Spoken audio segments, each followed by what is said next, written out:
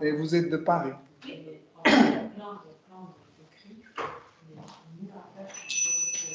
Vous savez jouer un peu les instruments?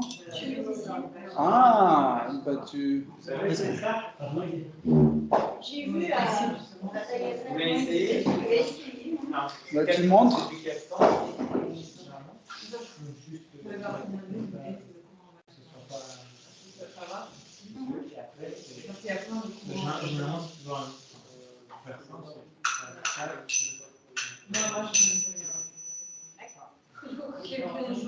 Je vais prendre en même temps.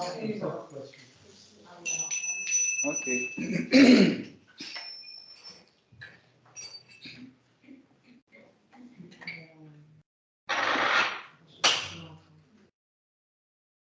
Ok, on commence.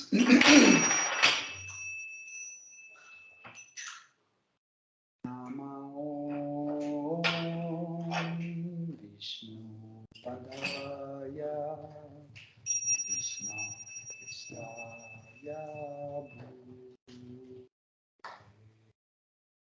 Srimate Bhakti Vedanta Swami Namine Namah Vishnu Padaya Krishna Krishnaya Bhutale Srimate Bhakti Vedanta Swami Niti Namine Namaste Saraswati Deve Gauravani Pracharine Nirvishesha Sunyavadi Paschatya Deshatarine Namaste Deve Gauravani Pracharine Nirvishesha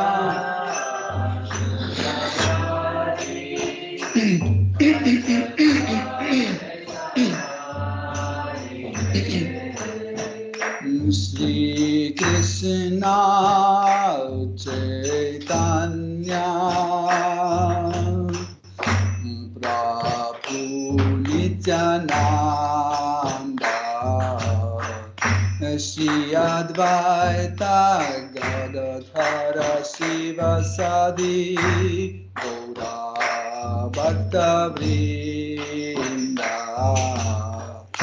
Shri Krishna Chaitanya Prabhu Nityananda Shri Advaita Gaura Bhakta Vrinda Shri Krishna Chaitanya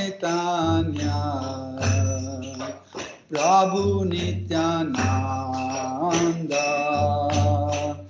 Shri Advaita Gadadhara Sivasadi Gaura Bhakta Vrinda Shri Krishna Chaitanya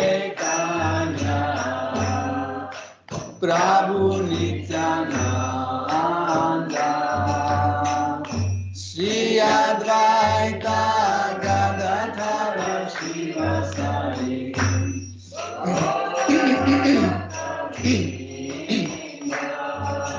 Shri Krishna Chaitanya Prabhu Nityananda Shri Advaita Gadadhara Sivasadi Gaura Bhakta Vrinda Shri Krishna Chaitanya Prabhu Nityananda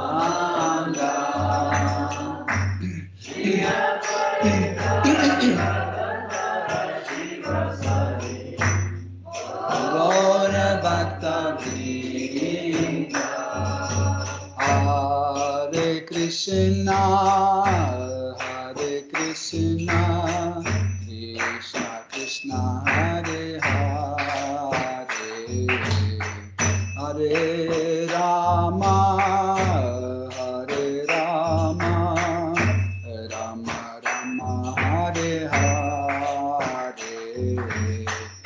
Hare Krishna Hare Krishna Krishna Krishna Hare Hare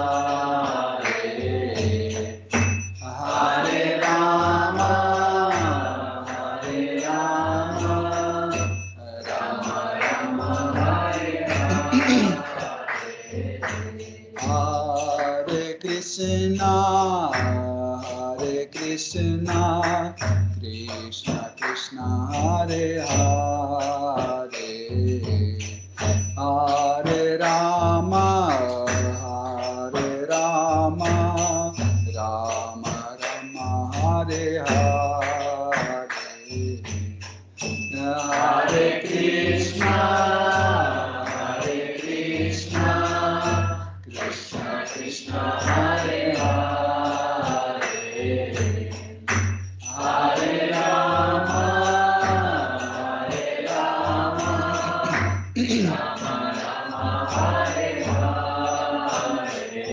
Hare Hare Krishna Hare Krishna Krishna Krishna Hare Hare Hare Rama Hare Rama Rama Rama Hare Hare Hare Krishna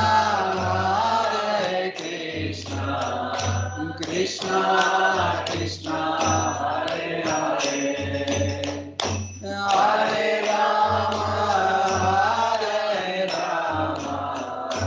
Rama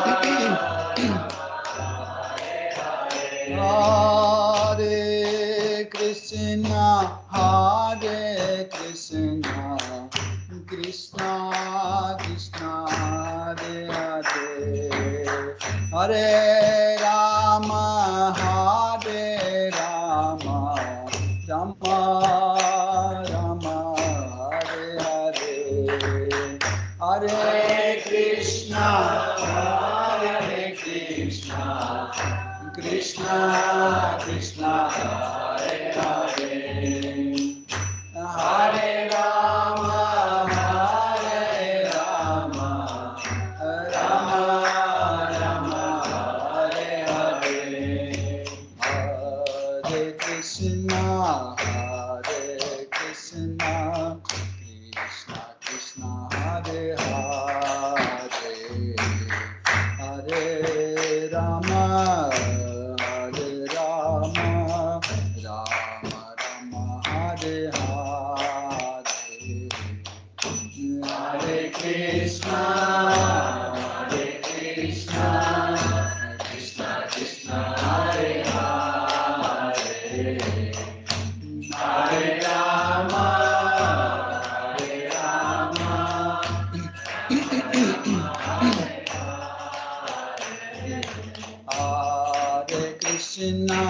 Hare Krishna Krishna Krishna Hare Hare Hare Rama Rama Rama Hare Hare Hare Krishna Krishna Krishna Hare Hare Hare Rama Rama Rama Hare Hare Hare Krishna Krishna Krishna Hare Hare Hare Rama Rama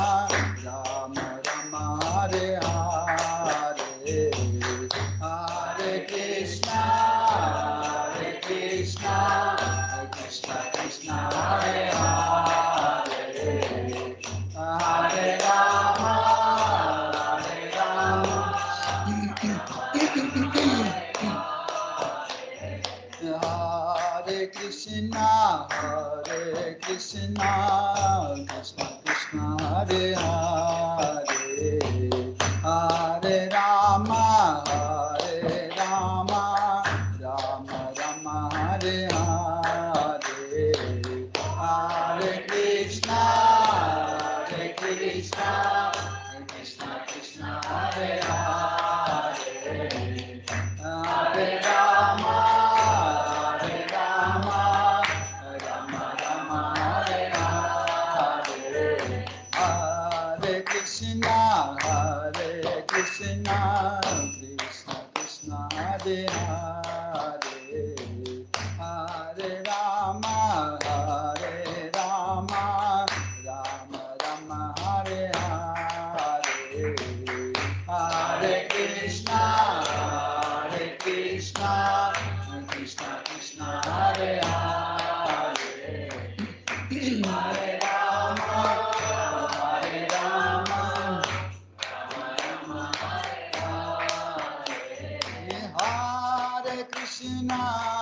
Hare Krishna, Krishna Krishna, Hare Hare, Hare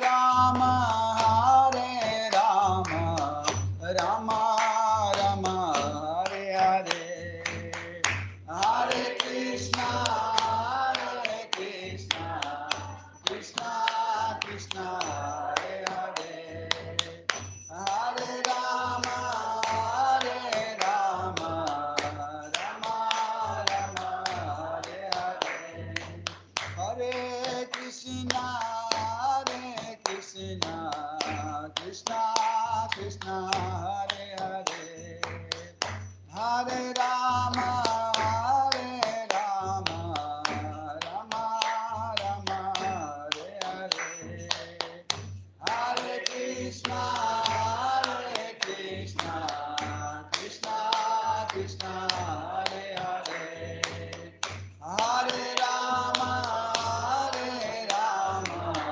Rama, Rama Rama, Hare Hare, Hare Krishna, Krishna Krishna, Hare Hare, Hare Rama, Rama Rama, Hare Hare, Hare Krishna, Krishna Krishna, Hare Hare, Hare Rama, Rama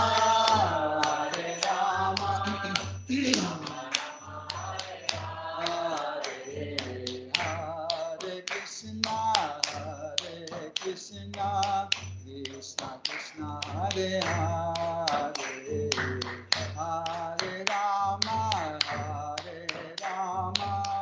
Rama Rama, Hare Hare, Hare Krishna, Krishna Krishna, Hare Hare, Hare Rama, Rama Hare Hare. Jai Shri Radha Parishwar ki Jai, Shri Nita Sachi Suta Advaita Chandra Guru Shivasati Govind ki Jai, Shri Jagannath Swami ki Jai, Shri Jagannath Shri Baladev Shri Mati Supadra Devi ki Jai, Shri Radha Govind ki Jai, Shri Sitaram Lakshman Hanuman Bharata Shatrugna Ayodhya Dhama ki Jai, Shri Lakshmi Narasimha Prahlad Maharaj Shri Sudarshan Chakra ki Jai, Tulsi Maharani Bhakti Devi ki Jai, Saraswati Devi ki Jai, Shri Gauranganita Gosai ki Jai, Shri Guru Parampara ki Jai, Shri Prabhupada ki Jai, Tudgula Devata Sangha. Jaya Radha Madhava Kunja Bihari, Jaya Radha Madhava Kunja Bihari, Jaya Radha Madhava Kunja Bihari, Jaya Radha Madhava Kunja Bihari, Gopi Jana Vallabha Girivaradhari, Gopi Jana Vallabha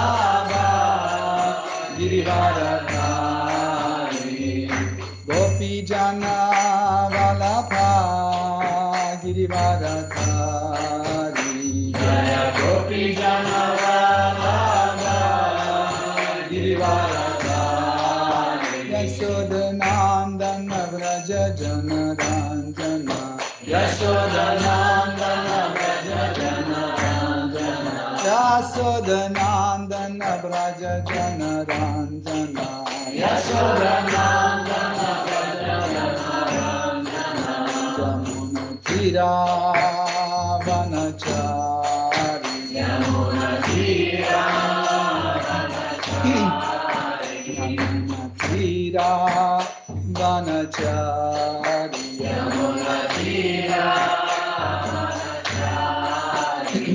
Jaya Radha Madhava Kunja Bihari Jaya Radha Madhava Kunja Bihari Jaya Radha Madhava Kunja Bihari Jaya Radha Madhava Kunja Bihari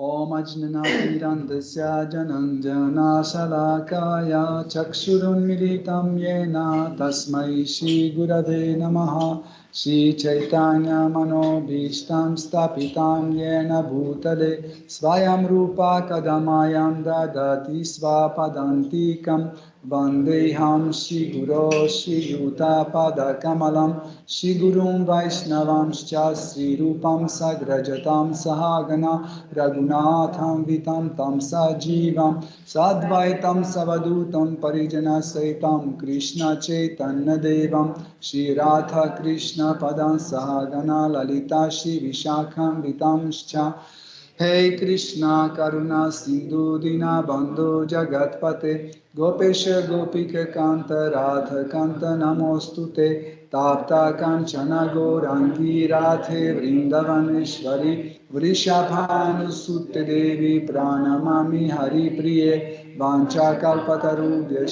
Kripa Sindhu Vyaevacha Patitanam Pavanebhyo Vaishnavebhyo Namo Namaha Nama Om Vishnu Padaya Krishna Preshtaya Bhutale Srimate Bhaktivedanta Swami Niti Namine Namaste Sarasvate Deve Gauravani Pracharine Nirvishesha Shunyavadi Paschatya Deshatarine Jai Shri Krishna Chaitanya Prabhu Nityananda Shri Advaita Gadadhara Shivasadi Gaura Bhakta Vrinda Hare Krishna Krishna Krishna Hare Hare Hare Rama Rama Rama Hare Hare Hare Nama Eva Kevalam Kalo Nasteva Gatiranyataha Om Namo Bhagavate Vasudevaya Om Namo Bhagavate Vasudevaya Om Namo Bhagavate Vasudevaya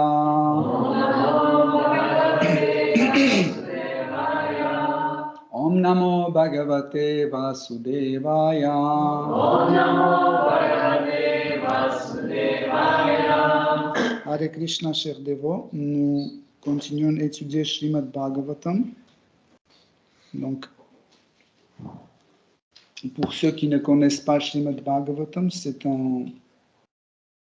un ouvrage très très ancien qui existait depuis l'apparition de cet univers sous la forme orale et ça fait déjà 5000 ans qu'il a la forme écrite pour que la mémoire qui est mauvaise dans l'âge de Kali ne l'efface pas. À l'époque, les gens avaient des qualités extraordinaires ainsi que leur mémoire était très forte. Donc il suffisait d'entendre une chose une seule fois, c'était mémorisé pour des milliers d'années. Mais malheureusement aujourd'hui, même quand la phrase dans le livre est longue, on commence à lire le début et arrivé à la fin, on oublie ce qui était au début de la phrase. Ou, encore pire, quand on écoute, on se distrait après le troisième mot. C'est très compliqué et on est obligé de faire un effort pour vraiment rester à l'écoute et être très attentif. Donc, Srimad Bhagavatam contient 12 chants c'est un volume assez costaud qui explique tous les sujets que l'on peut étudier. Donc, tout type de sujet, ça veut dire c'est la philosophie, la psychologie, la science, la physique, la médecine, l'art, la musique, l'architecture, l'art de la guerre, la sociologie, tout en fait, tous les sujets sont dans Srimad Bhagavatam. Et mais la façon d'enseigner Srimad Bhagavatam est extraordinaire car Krishna nous explique en fait tous les tattvas, en fait toutes les substances ou toutes les vérités, explique à travers des événements qui ont eu lieu dans ce monde matériel, ou autrement dit, il crée exprès, il se divertit en fait, il crée ces événements dans ce monde matériel qui nous sert comme un exemple sur lequel nous pouvons étudier en fait tous ces sujets. Et le sujet principal pour lequel Srimad Bhagavatam traite tous les sujets, c'est le bhakti. Bhakti, nous traduisons comme dévotion ou service dévotionnel ou dévotion. Donc, nous n'avons pas un homologue dans les autres langues pour traduire de sanskrit le mot bhakti, mais le mot le plus proche, c'est bhakti. Mais bhakti, c'est beaucoup plus large que juste la dévotion, parce qu'il y a aussi cette forte attraction vers l'absolu, vers Dieu, la personne suprême, vers Krishna, et ainsi qu'il y a un fort désir de rester constamment en une relation qu'on appelle yoga. Yoga veut dire un lien avec l'absolu. Donc, et ce fort désir de faire plaisir à l'objet de notre amour. Donc, bhakti aussi, vous pouvez traduire aussi comme l'amour, car en fait, l'amour se manifeste sous la forme de bhakti, sous la forme de dévotion. Là aussi, vous pouvez dire, mais c'est pas assez, je suis d'accord avec vous, parce que l'amour, c'est beaucoup plus vaste, mais sachez que le mot sanskrit bhakti, en fait, traduit toutes ces émotions que nous sentons, sauf que dans la tradition, par exemple, dans la langue française, ce mot est absent. Donc, on a essayé de faire comprendre qu'est-ce que c'est le bhakti.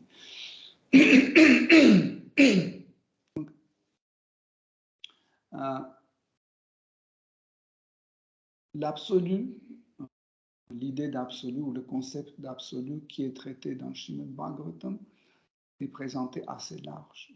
La première chose que Srimad Bhagavatam dit, c'est que l'absolu peut se manifester sous infiniment de formes, sous infiniment d'aspects.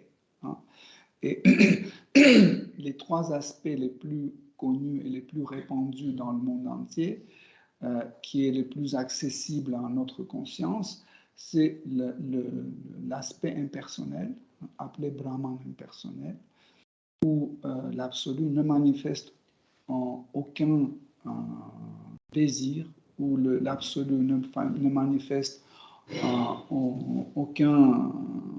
aucune face personnelle. Deuxième aspect très répandu, c'est la forme de Paramatma, on dit aspect localisé. Pourquoi on dit localisé? C'est que parce que nous pouvons le voir, sentir dans notre cœur. Donc, Seigneur suprême est localisé dans notre cœur. Donc, on appelle Paramatma un aspect intermédiaire. Pourquoi? Parce qu'il manifeste l'aspect impersonnel, parce qu'il est impartial envers tous les êtres vivants, qui donne le karma à tout le monde. Chacun, il ne fait pas de différence. Celui-là, il me plaît, je vais enlever ses péchés. Celui-là ne me plaît pas, je vais laisser. Non.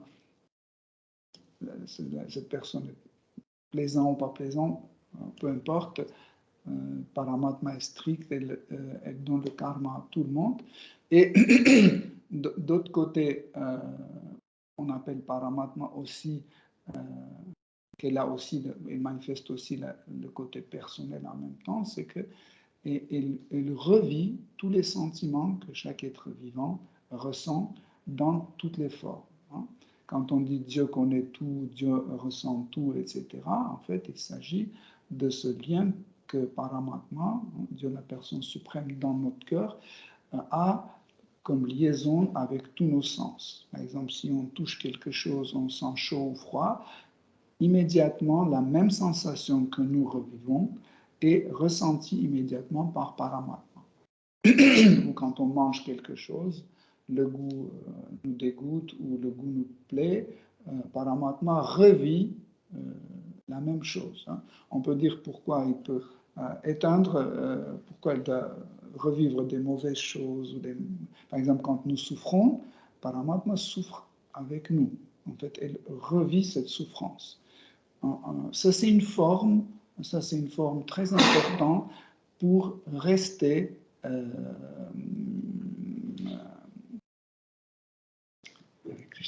ça, c'est une forme d'absolu qui lui permet de rester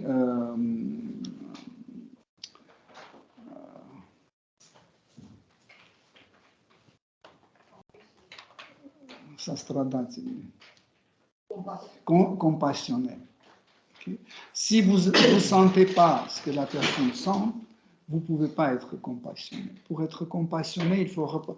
Qu'est-ce que ça veut dire compassionné? En fait, c'est une passion commune. Hein. Passion, c'est... Aujourd'hui, le mot passion, nous traitons comme quelque chose qu'on veut absolument avoir, quelque chose qui nous intéresse, excitant, etc. Mais originellement, le mot passion était utilisé dans le sens de douleur, chagrin.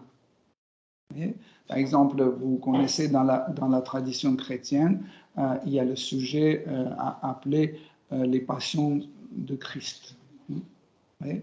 Et quand on regarde les passions dans le langage d'aujourd'hui, on pense que ça doit être quelque chose, je ne sais pas quoi, et on voit, c'est les clous avec lesquels on a cloué Jésus, c'est comment s'appelle ça?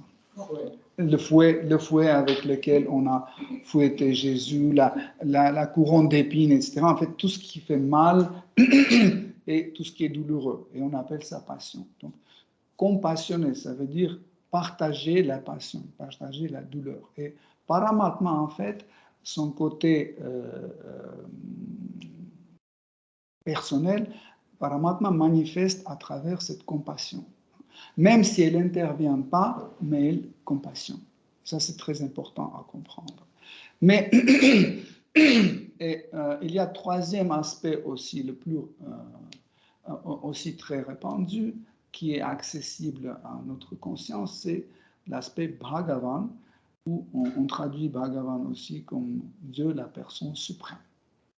Donc, parce qu'on n'a pas l'équivalent dans la langue française, parce que dire Dieu, ce n'est pas suffisant, parce que quand on dit Dieu, tout le monde ne sous-entend pas que c'est une personne. Parce que souvent, les gens pensent que Dieu, ce n'est pas une personne, c'est quelque chose. C'est quelque chose comme ça. Et il y a certaines personnes qui pensent qu'il y a beaucoup de dieux. Il y a plusieurs dieux.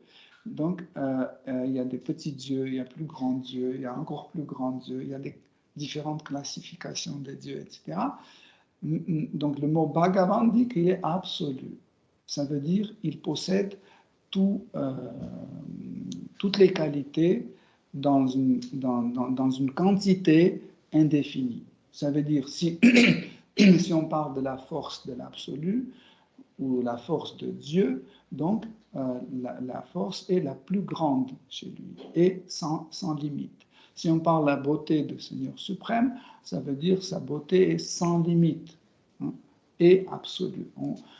Vendredi dernier, nous avons parlé de la notion de beauté et nous avons dit que les critères de la beauté dans le monde matériel sont relatifs.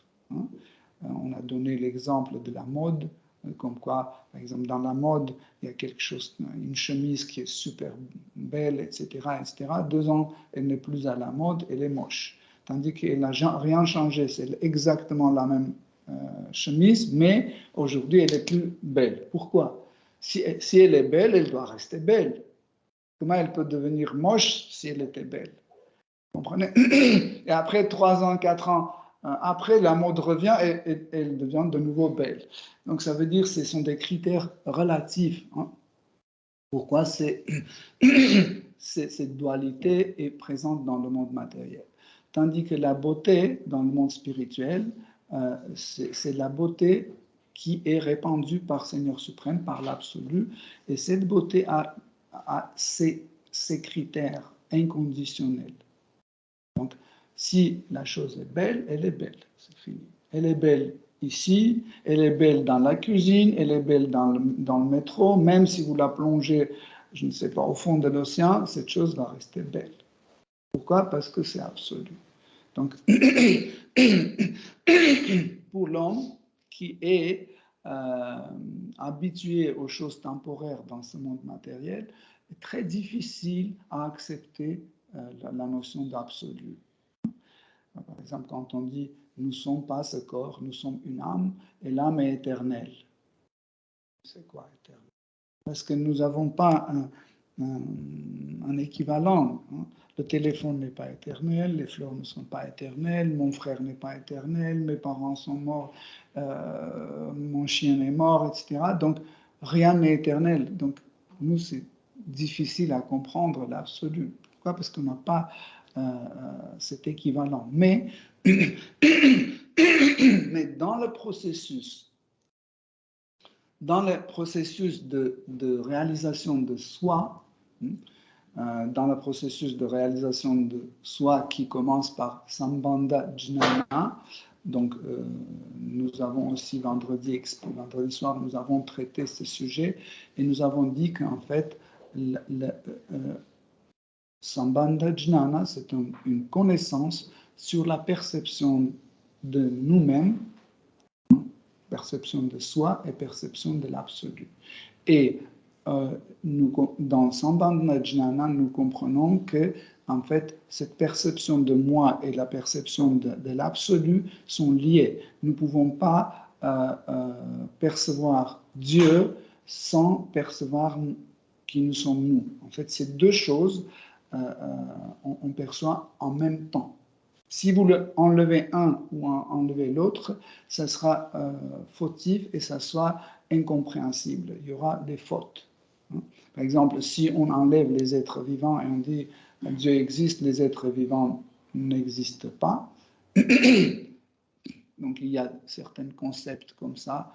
Il y a certaines Mayavadis qui disent qu'en réalité, l'être vivant, c'est une particule temporaire. En fait, comme particule, elle est temporaire, comme l'eau, par exemple. Vous prenez une goutte d'eau, ok, mais en fait, c'est la partie intégrale de l'eau.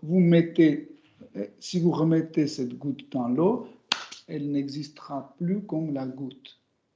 Vous comprenez?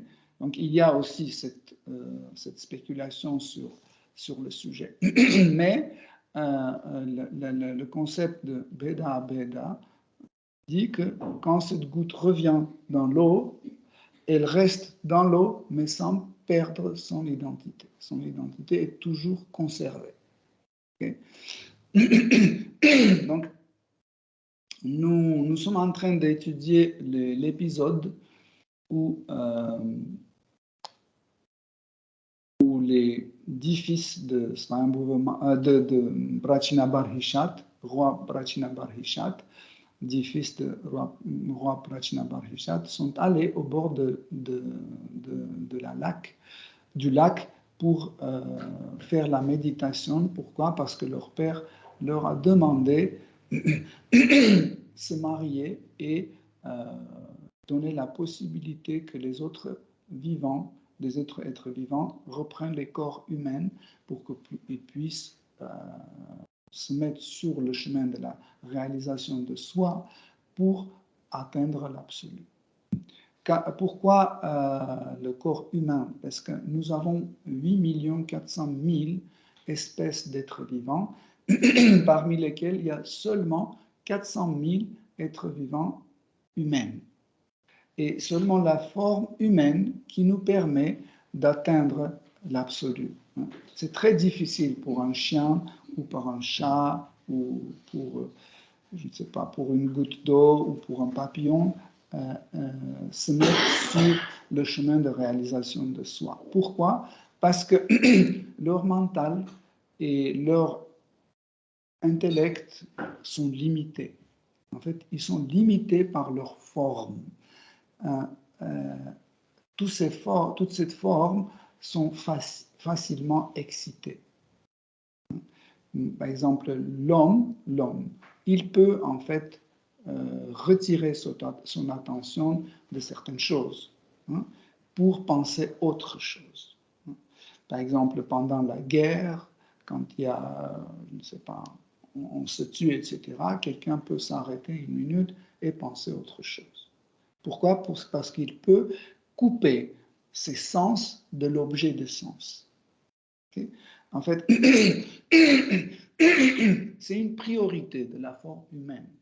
Par exemple, je peux me priver de l'eau, je peux me priver de la nourriture pour une autre idée. En fait, un être animal ou végétal, ils ne le font pas. S'ils le font, c'est une exception donnée par Seigneur suprême, comme par exemple, vous voyez, par exemple, il y a des chiens, quand ils perdent leur maître, ils arrêtent de manger.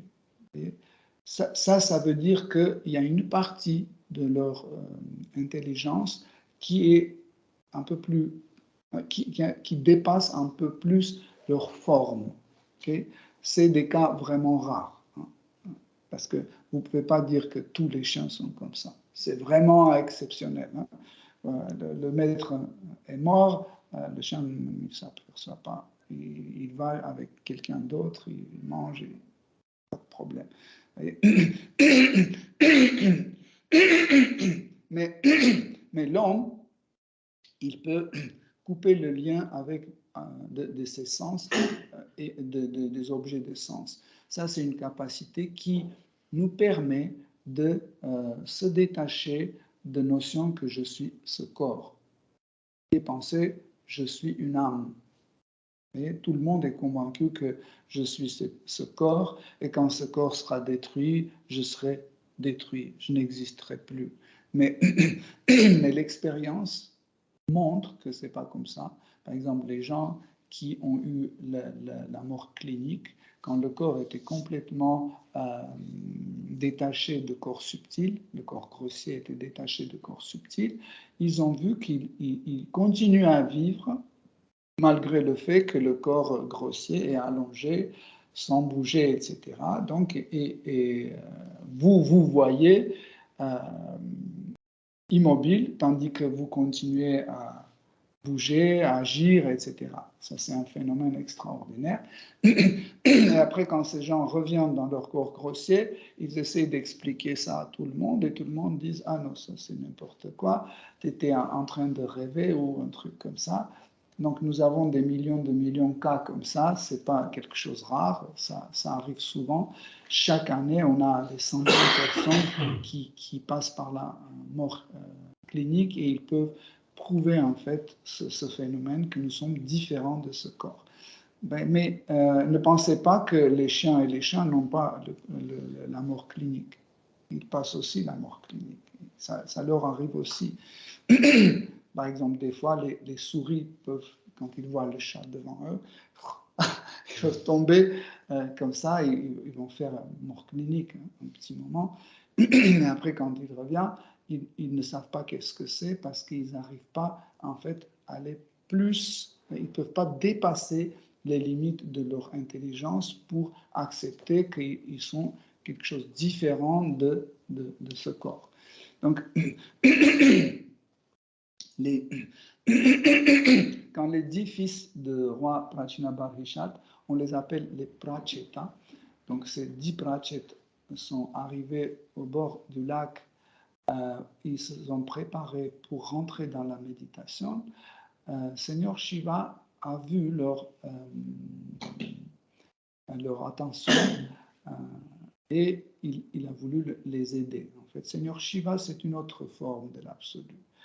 Comme nous avons dit, l'absolu peut se manifester en infiniment formes différentes. Et le Seigneur Shiva, c'est une des formes d'absolu qui est présente dans le monde matériel et qui est contrôleur de l'énergie matérielle que nous aimons beaucoup. Donc, et Seigneur Shiva est venu pour donner le savoir spirituel à Diprachit. Ce qui est important à comprendre, nous pouvons dire que, mais s'ils sont venus déjà pour faire la méditation au bord du lac, ça veut dire ils avaient déjà une idée, qu'est-ce qu'ils doivent faire. Vous ne venez pas au bord du lac sans rien savoir. Et ça veut dire s'ils voulaient faire la méditation, ils étaient au courant de pourquoi Seigneur Shiva a voulu absolument intervenir. Quelle était sa raison?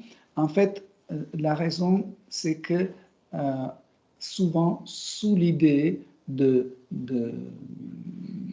méditation ou pratique spirituelle, on peut s'égarer ou égarer. On peut s'égarer facilement. Car souvent, quand nous n'avons pas une expérience assez ferme dans la vie spirituelle, quand nous n'avons pas souvent les instructions de gourou, nous commençons petit à petit à s'égarer et à la place de pratiquer la vie spirituelle, nous commençons à pratiquer quelque chose qui est juste une forme de psychologie, astrologie, gymnastique ou autre. Par exemple, nous avons des milliers de centres de yoga dans le monde entier et s'y demandent, oui, je suis dans la spiritualité, etc. Et quand on pose la question, qu'est-ce que c'est la spiritualité, ils n'arrivent pas à comprendre. Ils disent, c'est parce qu'on s'assoit, on médite. Oui, on peut méditer sur, par exemple, on peut méditer sur des bonbons. C'est aussi une méditation. On peut méditer très fort, mais c'est pas la pratique spirituelle. Le mot spirituel est employé seulement quand il s'agit de l'absolu, de Dieu ou de l'âme. Le sujet qui parle de l'âme, qui traite les aspects de l'âme, ses qualités, ses incarnations, etc., peut être considéré comme un sujet spirituel. Ou si on parle de l'absolu, de la création de ce monde par l'absolu, par la direction ou contrôle, on peut dire, de ce monde absolu, on parle aussi d'absolu ou temporaire. Les deux mondes sont contrôlés par l'absolu, le monde spirituel et le monde matériel. Donc nous pouvons dire que ce sujet ou cette activité est spirituelle. Mais spirituel est différent de dévotionnel. Okay? Ce n'est pas la même chose. L'activité peut être spirituelle, mais ne pas être dévotionnelle. Je veux bien attirer votre attention sur ce point. Ça, c'était une des premières raisons pour laquelle Seigneur Shiva est venu et il est intervenu pour leur donner en fait les principes de Bhakti. Parce qu'il pouvait, parce qu'il a vu qu'ils ont vraiment très motivés, ils ont eu beaucoup d'ardeur, beaucoup de désir vraiment à atteindre leur but. Et il s'est dit, si s'égare, ça sera dommage. C'est comme par exemple, j'achète un t-shirt, je paye 300 €, c'est une pièce unique, etc. J'amène à la maison et je commence à laver le sol avec ce t-shirt. Ce sera dommage. Pareil, Seigneur Shiva, il a vu en fait cette force que les Prachetas avaient, cette détermination qu'ils avaient. Il dit ce sera dommage qu'ils s'égarent et ils commencent à faire laver le sol avec un t-shirt qui coûte 500 €. Et il commence par expliquer tout d'abord, il explique l'état constitutionnel de l'absolu. Il dit qu'il y a différents aspects de l'absolu. En fait, quand j'ai commencé la conférence, en fait, j'ai commencé par vraiment comme Seigneur Shiva a commencé. Vraiment, je vous ai introduit dans le discours de Seigneur Shiva. Donc, au fur et à mesure, quand Seigneur Shiva a expliqué l'état constitutionnel de Seigneur suprême, quelle est la relation entre ces 3 points importants, l'absolu, l'être vivant et la nature. Parce que nous avons toujours ces 3 choses les plus importantes dans n'importe quelle pratique spirituelle ou dans n'importe quelle philosophie. Déjà, qui je suis, d'où je viens, ça c'est l'absolu. Où je suis, ça c'est la nature. Donc, Atma, c'est l'âme, c'est moi. Parabrahman ou Bhagavan, l'absolu, et Prakriti ou Paravyoma, la nature. Prakriti, c'est le monde matériel, la nature matérielle. Paravyoma, c'est la nature, le monde spirituel. Okay? Donc, ces 3 choses sont très, très importantes pour celui qui se met sur le chemin de la réalisation de soi. Encore une fois, Atma, qui je suis, la source ou l'absolu, Dieu, c'est qui, Bhagavan ou Parabrahman, et en fait la nature, où ça se passe. Parce que si on sort d'ici, on va quelque part, nous sommes toujours quelque part. Nous ne pouvons pas être nulle part. On est toujours quelque part. Donc, cette notion de la nature est beaucoup plus vaste et beaucoup plus large. Je vais un peu donner plus pour que vous voyez à quel point c'est profond. En fait, vous voyez, la nature où je suis est très large. Par exemple, vous êtes dans cette pièce. C'est aussi Prakriti. Vous pouvez être dans l'océan comme un poisson, par exemple. Ça aussi, c'est la nature. Okay? Mais quand je suis dans mes pensées, par exemple, je suis en train de dormir et dans mes pensées, je fais des cookies, etc., etc., c'est aussi, je suis quelque part. Je suis sur la plateforme mentale. C'est aussi un lieu, un endroit. Ça aussi, c'est Prakriti. Okay? Quand je suis dans le Brahma Jyoti, dans la radiance de Seigneur suprême, quand je rentre dans la radiance de Seigneur suprême, appelé Brahma Jyoti, je éteins en fait tous mes désirs personnels. Je m'identifie avec l'absolu et je ne veux plus avoir mon côté individuel. Okay? Donc, et là, en fait, Brahma Jyoti devient aussi l'endroit où je dois être. Je suis dans le Brahma Jyoti, c'est aussi la nature. Mais ça, c'est déjà, ce n'est plus Prakriti, car Brahma Jyoti est un domaine spirituel. Brahma Jyoti aussi est Paravyoma, le monde spirituel. Le monde spirituel aussi, avec tous ces lokas, tous ces endroits aussi, est aussi un endroit où je suis. Je peux être sur cet endroit ou cet endroit ou cet endroit, parce que le monde spirituel est très très varié. Ça aussi, c'est où je suis, donc Paravyoma, parce que c'est le monde spirituel. Mais aussi, il y a un autre endroit qui est aussi la nature, c'est le corps du Seigneur suprême. Par exemple, quand je suis à l'intérieur du corps de corps de Seigneur suprême, ça aussi c'est par Rav-Yoma. Ça aussi c'est où je suis. Hein. Par exemple, quand, quand Mahavishnu, il aspire toute l'existence qui rentre en lui, et les êtres qui, selon leur karma, ne sont pas finis sur leur chemin, ils rentrent de nouveau dans le corps de Seigneur Vishnu. Et ils restent présents dans Seigneur Mahavishnu ou Garbhodakasha Vishnu, ça dépend dans quelle étape ils ont arrêté leur karma. Okay. Ça aussi, c'est un endroit important. Donc, Seigneur Shiva, petit à petit, introduit en fait les 10 prachetas sur le chemin de bhakti, de la dévotion. Et pour que les prachetas comprennent en fait quel est l'objet de bhakti, il commence à décrire l'apparence du Seigneur suprême. Souvent, quand on parle avec les représentants de différentes traditions spirituelles, ils nous disent « Oh non, vous ne pouvez pas voir Dieu, c'est impossible. » Et même certaines, il y avait un qui m'a dit « Si tu vois le Seigneur suprême, tu vas être brûlé. » Je dis « Mais pourquoi?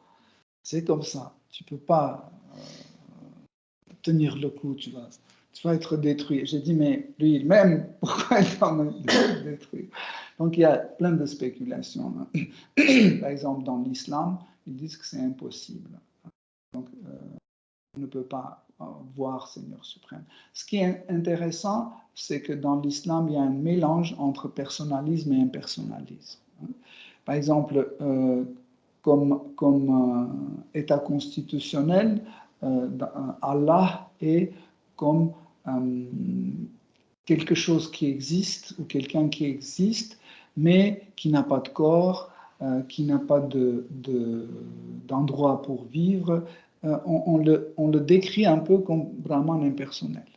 Mais en même temps, on lui donne la facette personnelle qu'il peut parler.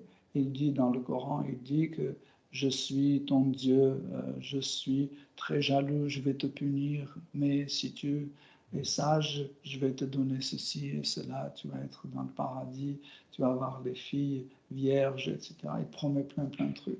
Donc en fait, il y a un mélange de personnalisme et impersonnalisme.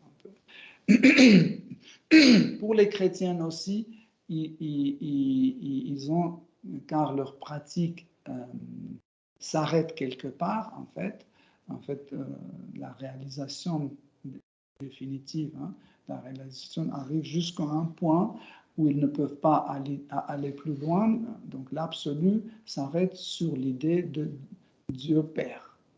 Le mantra le plus répandu dans le christianisme, c'est notre Père qui est aux cieux, etc. En fait, ce mantra, Jésus-Christ a traduit et a adapté de Rig Veda. En fait, ce mantra existe dans le Rig Veda.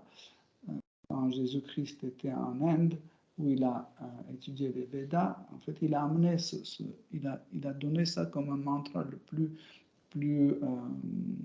forte dans la pratique chrétienne.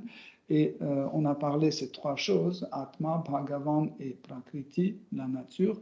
En fait, si vous lisez de Notre Père, de la prière Notre Père, vous allez voir que en fait, tous ces 3 sujets sont traités dedans, mais avec une certaine limite. En fait, Dieu, c'est celui qui donne le pain et qui pardonne. Qu'est-ce qu'on peut faire avec Dieu de plus? On ne sait pas. Donc c'est limité. Tandis que dans la tradition Vaishnava, dans le Bhakti, nous n'avons pas de limite. Et comme on a expliqué que dans les relations avec l'absolu, nous avons 5 rasas, 5 types de relations d'amour avec Seigneur suprême. Vendredi dernier, on a parlé de Shantarasa, Dasarasa et les autres, et on a expliqué qu'en fait, ces types de relations avec Seigneur suprême sont possibles seulement dans la tradition Vaishnava. Par exemple, aucune tradition n'accepte pas que nous pouvons avoir les sentiment d'amitié envers Seigneur suprême. Ils refusent, ils disent non, ça c'est une offense. Mais c'est faux parce que même dans la tradition chrétienne, les saints, les personnes saintes comme Saint Jérôme, Saint Denis et les autres, en fait, car ils étaient complètement plongés dans leur méditation sur Seigneur suprême, leur vraie nature a commencé à manifester. Et ils pouvaient sentir que Seigneur suprême et leurs amis. Ce n'était plus oh, j'ai peur de Dieu, oh, ce type de relation de révérence a disparu. Mais extérieurement, pour ne pas être suivis par l'inquisition chrétienne, ils étaient obligés de se taire. Parce que certains qui ont eu le courage de manifester, comme par exemple il y avait des chrétiens, dans leur cœur, ils ont vu que Seigneur suprême est leur mari, et ils se sentaient, homme ou femme, peu importe en fait. Le corps, ici, dans le monde matériel, ce corps ne veut rien dire. Hein. Même dans le corps masculin, il pouvait avoir les sentiments vers Seigneur, les sentiments conjugaux. Et il suffisait de parler à quelqu'un ou dire ça, l'Inquisition les attrapait et brûlait sur le feu, immédiatement. Pourquoi? Parce que dans le cadre de la religion chrétienne, en fait, c'est un tabou. Vous avez une limite, vous arrivez jusqu'à cette limite où Dieu est notre Père et c'est tout. Il ne peut pas être notre ami, il ne peut pas être notre fils et il ne peut pas être notre mari. Donc c'est interdit. L'avantage de Bhakti que nous étudions tous ici, c'est que nous dépassons les frontières de la religion. En fait, la religion, c'est un ensemble de règles et prescriptions que Dieu donne aux êtres humains pour en fait rendre cette société harmonieuse. Pour créer une harmonie, on a besoin des règles et prescriptions. Vous voyez, chaque jour, l'État lance une nouvelle règle,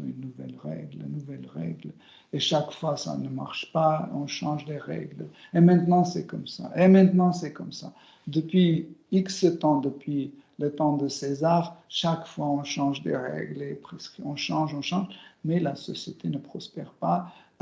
On a plus de criminalité, on a plus de maladies, on a plus de vols, on a plus de... Pourquoi? Parce que les règles et les prescriptions que nous introduisons dans la société sont imparfaites. Pourquoi? Parce que nous sommes imparfaits. Pour que ces règles marchent et pour que ces règles changent cette société en une société parfaite, nous avons besoin des règles parfaites. Et ces règles et prescriptions parfaites peuvent donner seulement celui qui est parfait. Donc, Seigneur suprême, Shri Krishna, il est parfait. Donc, c'est pour ça qu'il donne ces règles. Mais ces règles ne sous-entendent pas les rasas. Parce que les rasas, c'est les relations d'amour. Et l'amour est au-delà de la logique. L'amour est au-delà de tout type de règles et prescriptions.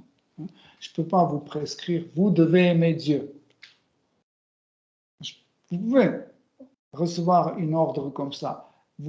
On doit traverser la rue quand le feu est vert. OK. Mais je ne peux pas aimer quelqu'un par l'ordre. C'est impossible. Dieu ne peut jamais, si vous lisez les livres sacrés, Dieu dit jamais, tu es obligé de m'aimer. Si tu ne m'aimes pas, je vais te tuer. Non. Pourquoi? Parce que l'amour, c'est une catégorie qui est au-delà de la religion.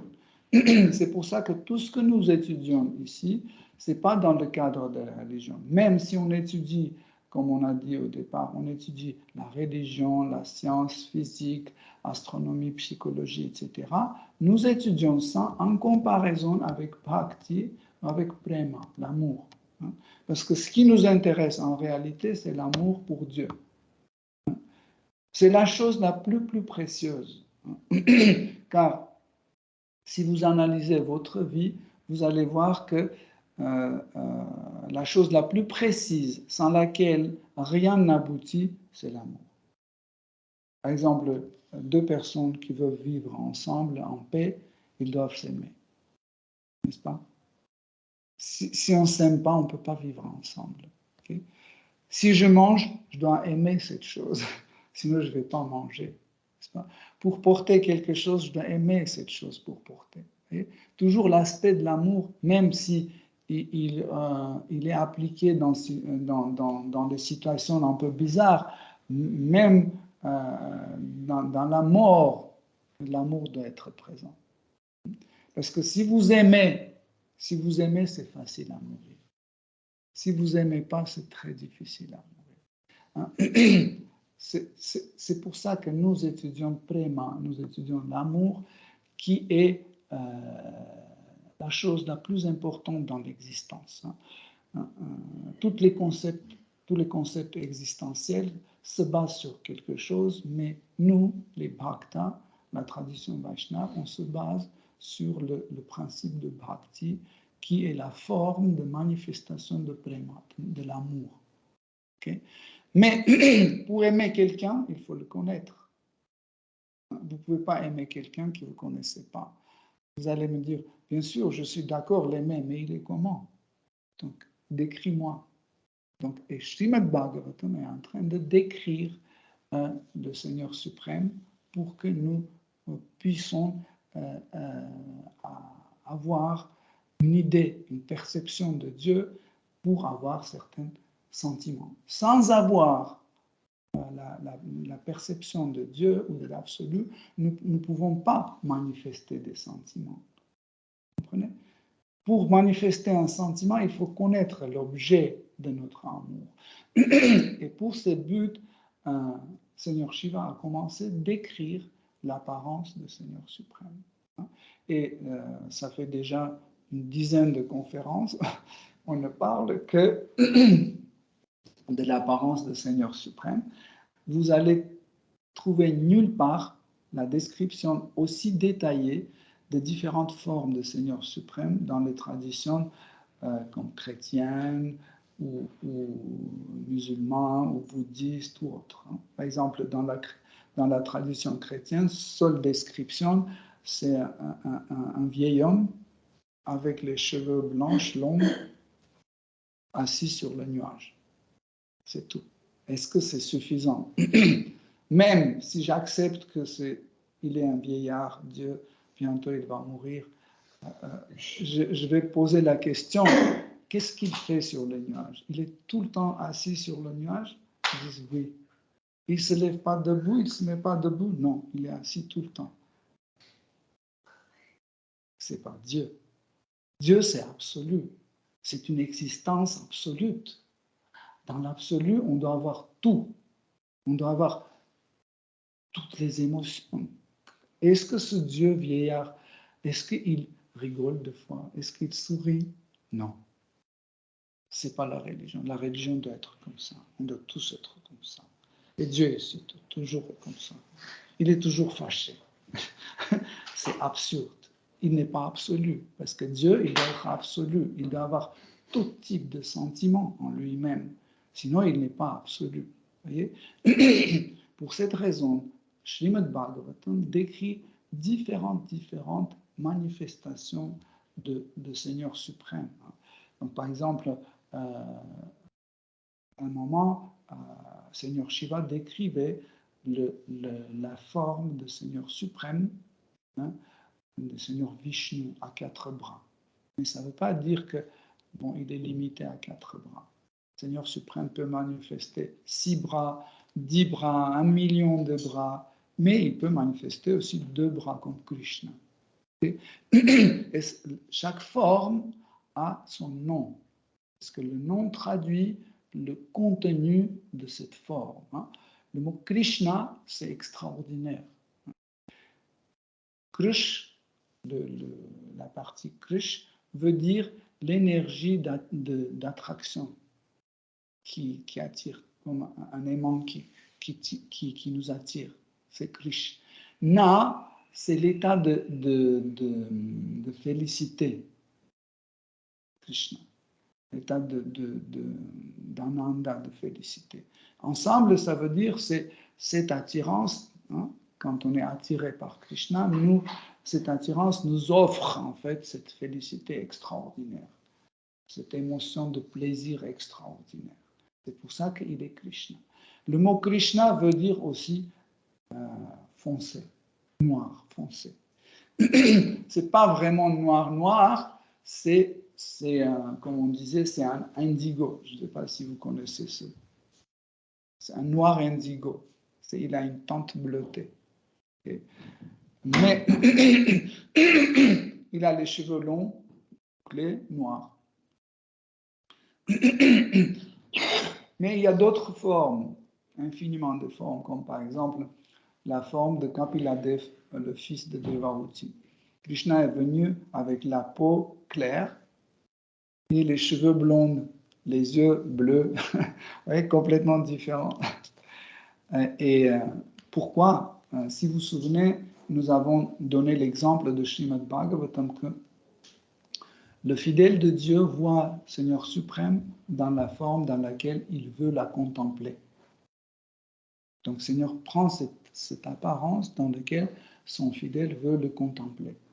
Et si Krishna est venu sous la forme de Kapiladev, hein, les yeux bleus, la teinte claire et les cheveux bouclés blonds, parce que Devahuti voulait voir son fils, hein, de la personne suprême, parce que son rasa était parental. Elle sentait que Dieu est son fils. Donc elle voulait voir dans cette forme-là. Et comme ça, leur relation est éternelle avec cette forme-là. Et donc en décrivant les formes de Seigneur suprême très détaillées, donc Seigneur Shiva arrive à une pardon, il arrive à une... Non, c'est le verset 50. Hein? On n'a pas fait encore le 50. Oui, c'est 50 aujourd'hui. Donc, il continue à décrire l'apparence du Seigneur suprême. Donc, Srimad Bhagavatam, 4e chant, 24e chapitre, à partir de verset 50. Purare chakasam vigna valival gudalodaram prati sankramayad vishvam nabhyavarta gabhiraya. Traduction. 3 plis dans sa chair embellissent le ventre du Seigneur. Par sa rondeur, il ressemble à une feuille de banyan. Et le mouvement de ses replis à chacune de ses respirations est d'une rare beauté. Quant aux méandres de son nombril, ils sont si profonds que l'univers entier semble en jaillir, tout en souhaitant néanmoins y retourner. C'est rapporté par Srila Prabhupada. L'univers entier est issu de la tige du lotus qui pousse du nombril du Seigneur.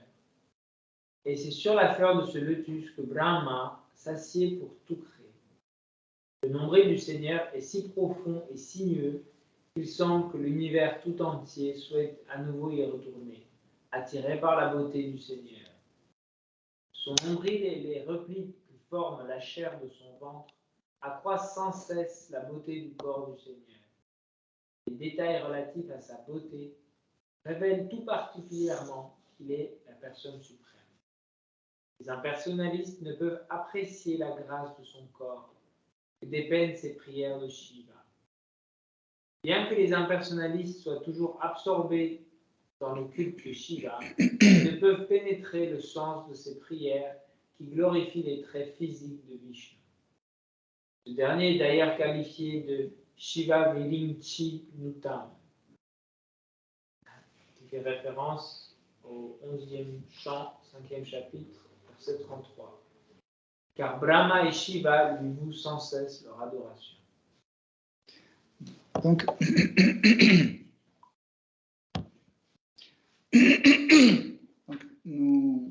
comprenons que le corps de Seigneur suprême ne peut pas être matériel. Et dans le monde spirituel aussi, nous avons un corps spirituel. Donc le corps spirituel est très différent du corps matériel. Car le corps matériel, il est dépendant. Dépendant des circonstances. Par exemple, la chaleur, la soif, la faim, etc. Donc, si on ne mange pas, si on ne boit pas, si on ne dort pas, on va mourir. Ou on est trop fatigué, on peut mourir, etc.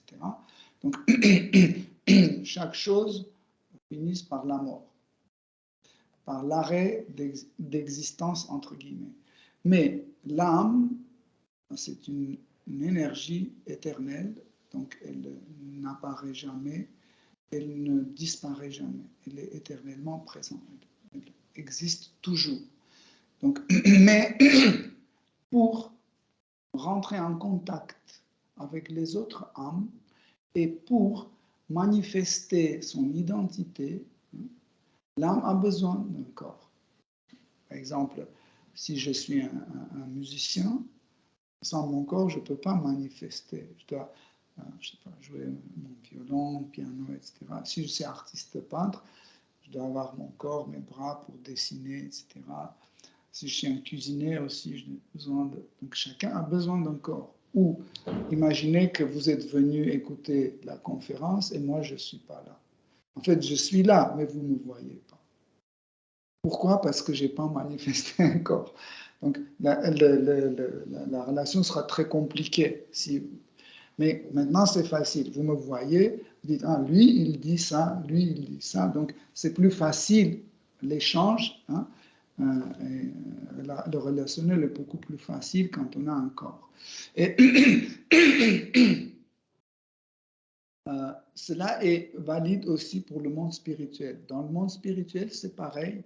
Pour entrer en communication avec Krishna, avec les autres êtres vivants qui résident dans le monde spirituel, qui ont la conscience ouverte.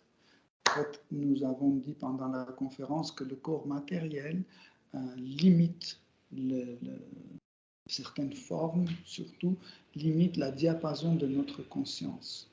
Tandis que dans le monde spirituel, nous pouvons avoir les mêmes formes. Par exemple, la fleur a la même diapason de la connaissance que l'être humain. Donc, la fleur est aussi consciente que l'homme. Donc, il n'y a pas de différence. Pourquoi? Parce que toutes les formes d'existence dans le monde spirituel sont faites de Chit Shakti.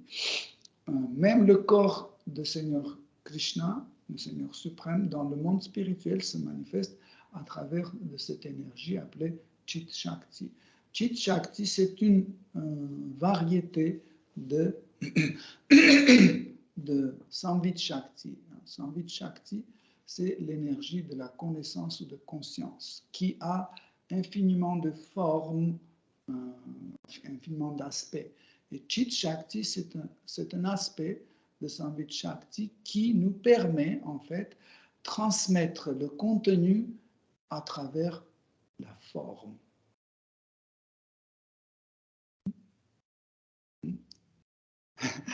Donc, en fait, cette énergie permet, en fait, à travers la forme, transmettre le contenu.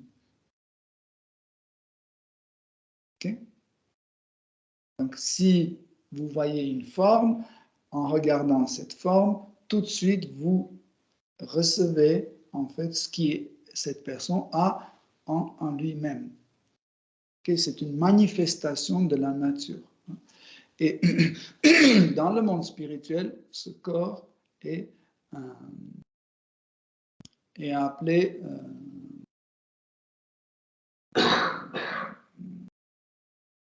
Svarupa.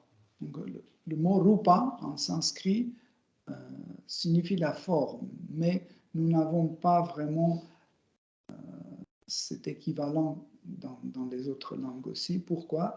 Parce que quand on traduit le mot rupa, on dit la forme, la couleur, l'aspect, etc., etc. En fait. La texture, etc. Tout ça, quand on dit rupa, ça signifie tout ça. Okay? Tandis que dans notre langue française, forme, ça veut dire autre chose, couleur, ça veut dire autre chose, texture, ça veut dire autre chose. Tandis que le rupa, ça englobe en fait toutes ces facultés, tous ces aspects. Okay? Sva veut dire ce qui est à moi est seul et unique. Parce qu'en fait, nous sommes individus et chaque âme est différente de l'autre. Il n'y a pas deux pareils. Des fois, on peut avoir deux âmes qui se ressemblent par leur contenu, par leur svabhava, par leur nature, ils se ressemblent et leur forme peut ressembler aussi. C'est possible. Mais,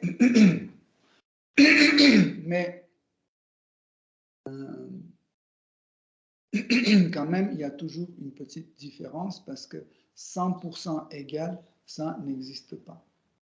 Sinon, s'il y a encore quelqu'un comme moi, donc je perds mon identité. Parce que identité ou individualité veut dire seul et unique. Il n'y a pas de deuxième comme ça n'existe pas. S'il y a comme moi, c'est moi. Vous voyez? Donc, en fait, le corps spirituel, car il est fait de chit-shakti, de la conscience, pour exister, il n'a pas besoin d'un carburant. Ça veut dire tout ce que nous avons, les muscles, le squelette, les intestins, l'estomac, les poumons, la lymphe, les cellules, etc., ça n'existe pas. Le corps spirituel, c'est une forme consciente. Donc, pareil, Seigneur suprême a son corps conscient et quand il manifeste son corps, à l'intérieur de Seigneur suprême, il n'y a pas toutes ces substances-là, il n'y a pas de... il n'y a pas de... C'est pas un robot organique comme nous avons maintenant. En fait, aujourd'hui, nous manipulons ce robot organique. Hein, on rentre en contact l'un avec l'autre avec ce robot organique. Mais dans le monde spirituel, en recevant notre corps spirituel, nous n'avons plus besoin de tout ça. En fait, les communications se passent entre conscience. Parce que la forme est aussi consciente. Nous n'avons pas besoin, pour exister, il suffit juste d'avoir le concept de notre existence, qui je suis. Donc, et cette forme existence nous assure une existence éternelle. Ici, nous ne pouvons pas trouver un concept. Si on trouve dans le monde matériel, si on trouve un concept éternel et on s'identifie avec, on va vivre éternellement. Donnez-moi un exemple. Il n'y a pas. Parce que chaque fois qu'on dit, OK, je suis ce corps, si vous serez convaincu que ce corps, il ne va pas mourir, vous allez vivre éternellement dans ce corps-là. Mais vous n'êtes pas convaincu. Vous voyez? Tandis que le corps que nous recevons dans le monde spirituel, ce corps nous assure le sentiment d'éternité. Vous voyez? Parce que c'est un concept éternel. Donc, et nous pouvons entreprendre une chose qu'on peut faire éternellement. Par exemple, si je vais demain à la banque pour emprunter, je sais pas, 300 000 €, ils ne vont pas me donner. Pourquoi? Parce que dit, tu es vieux, peut-être dans 10 ans ou dans 5 ans, tu vas mourir. Donc, et qui va nous rembourser? Vous voyez? Je dis, non, je suis éternel. Vous me donnez beaucoup plus, ne vous inquiétez pas. Non, parce qu'on a déjà vu, comme toi, éternel, qui ne nous ont pas encore remboursés. Ils vont nous rembourser dans le monde supérieur. Vous voyez? Donc, ce concept d'existence, nous sommes mortels parce que notre concept d'existence est temporaire et mortel. Ok, Hare Krishna, donc le temps est limité. Dans le monde matériel, j'aimerais bien vous dire encore beaucoup de choses, mais ça sera la prochaine fois. Si vous avez des questions, des commentaires.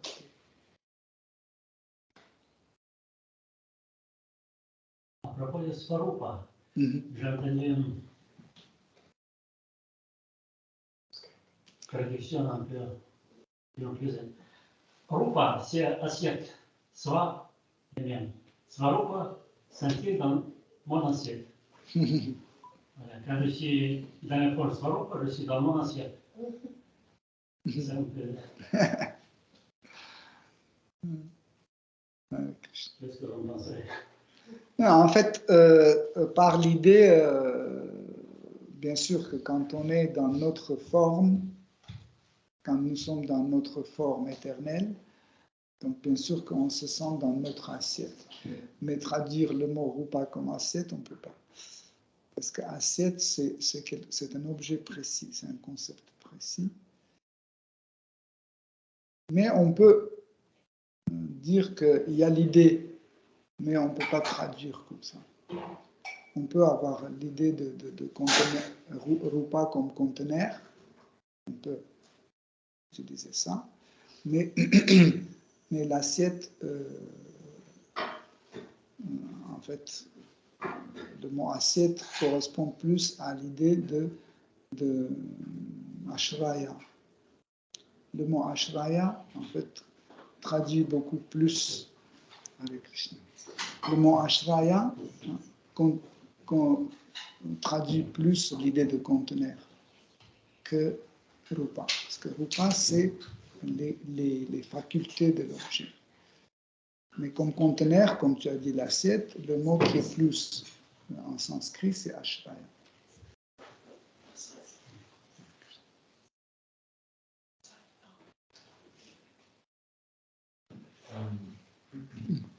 J'avais une question par rapport au début de la conférence. Tu expliquais qu'il y a une distinction entre une activité ou un acte spirituel, un acte dévotionnel. Est-ce que tu pourrais développer un petit peu sur le sujet pour bien distinguer dans quel moment on est en train d'agir du spirituel mais non dévotionnel? Par exemple, il y a une catégorie de gyani les gyani, en fait, c'est une catégorie de spiritualistes qui veulent atteindre l'absolu à travers les études, à travers la connaissance, par le principe de logique et par la voie empirique mentale. Donc, et ce genre de personnes, par exemple, ils étudient, ils acceptent que l'âme existe, que l'absolu existe, Dieu existe, karma existe, tout existe en fait, et ça se passe comme ça en fait. Nous, on fait des péchés, et après ces péchés nous reviennent. On fait des actes pieux, ces actes pieux nous reviennent. L'âme est éternelle, elle rentre dans le système de samsara, la naissance et la mort. Il y a l'évolution dans ce samsara de microbes, de minéral jusqu'aux les formes mammifères, etc. Donc, ils connaissent tout ça. Okay? On peut dire que c'est une activité spirituelle. Pourquoi? Parce qu'il étudie l'âme, il étudie l'absolu. Okay?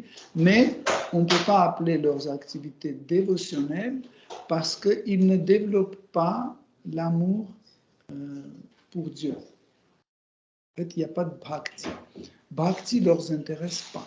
Et comme nous avons bien dit tout à l'heure que bhakti, c'est la forme de manifestation de prema. Donc, si prema se manifeste sous telle ou telle forme, okay, c'est bhakti, la dévotion.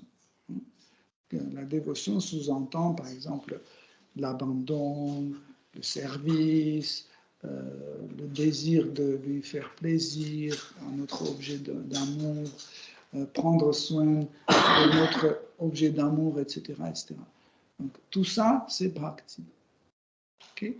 Donc, bhakti, c'est la forme. Par exemple, comment l'amour se manifeste? Elle se manifeste sous la forme de bhakti.